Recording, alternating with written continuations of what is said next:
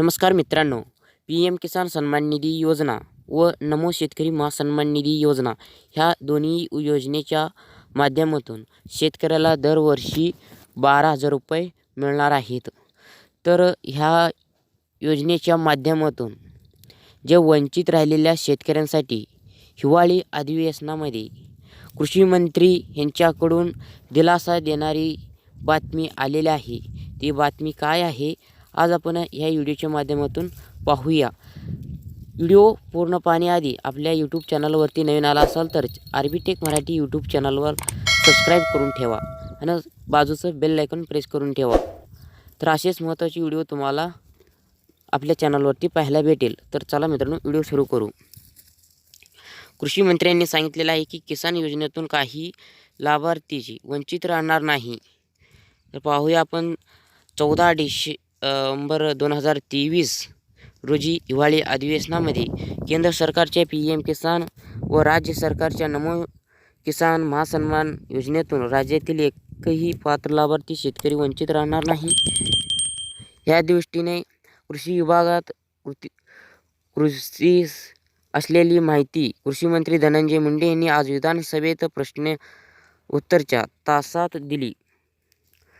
सदस्य नाना पटोले यांनी या संदर्भात प्रश्न विचारला होता की मंत्री श्री मुंडे म्हणाले की PM किसान योजनेसाठी राज्यातून सुमारे 96 लाख शेतकरी पात्र ठरले होते.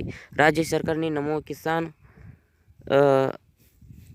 महासन्मान योजनेत घोषित केल्यानंतर केंद्राच्या नियमानुसार या योजनेची कार्यपद्धती निश्चित करण्यात आली होती. मात्र KYC पूर्ण नसणे, बँक खाते आधार क्रमांकाशी संलग्न करणे अशा काही अटीची पूर्तता न होऊन शकल्याने त्यापैकी 12 ते 13 लाख शेतकरी लाभापासून वंचित राहिले होते.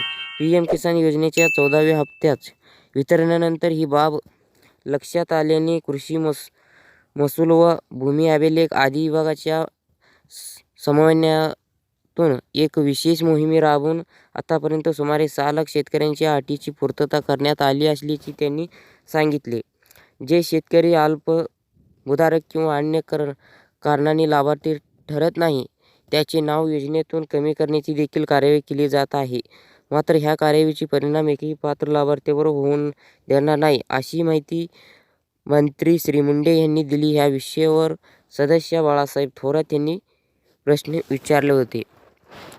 शेतकरी मित्रांनो, अजूनपर्यंत ह्या दोन्ही योजनेच्या पासून जर तुम्ही वंचित असाल तर तुमच्या बँक अकाउंटला आधार लिंक करून घ्या. तुमचं भूमी अभिलेख अद्यापत नसणे हे करून घ्या. नंतर KYC करून घ्या. जेणेकरून काही शेतकऱ्यांनी नवीन नोंदणी करणार असेल तर त्यांनी पटकन नवीन नोंदणी करून घ्यावी अशी ह्या अधिवेशनामध्ये सांगण्यात आलेलं आहे मित्रांनो. तर ह्या योजनेचा लाभ PM किसान सन्मान निधी योजनेचा 16 हप्ता पण लवकरच वितरित होणार आहे आणि नमो शेतकरी महासन्मान निधी योजनेचा 2रा हप्ता पण लवकर वितरित होणार आहे मित्रांनो. तर हे आताची अधिवेशनामध्ये किसान योजनेच्या माध्यमातून एक अतिशय महत्त्वाची अपडेट आली होती. तर मी तुमच्यापर्यंत पोचवला आहे. तर इथंच थांबतो. नवीन अपडेट्ससह नवीन माहितीसह भेटूया. जय हिंद, जय महाराष्ट्र. धन्यवाद.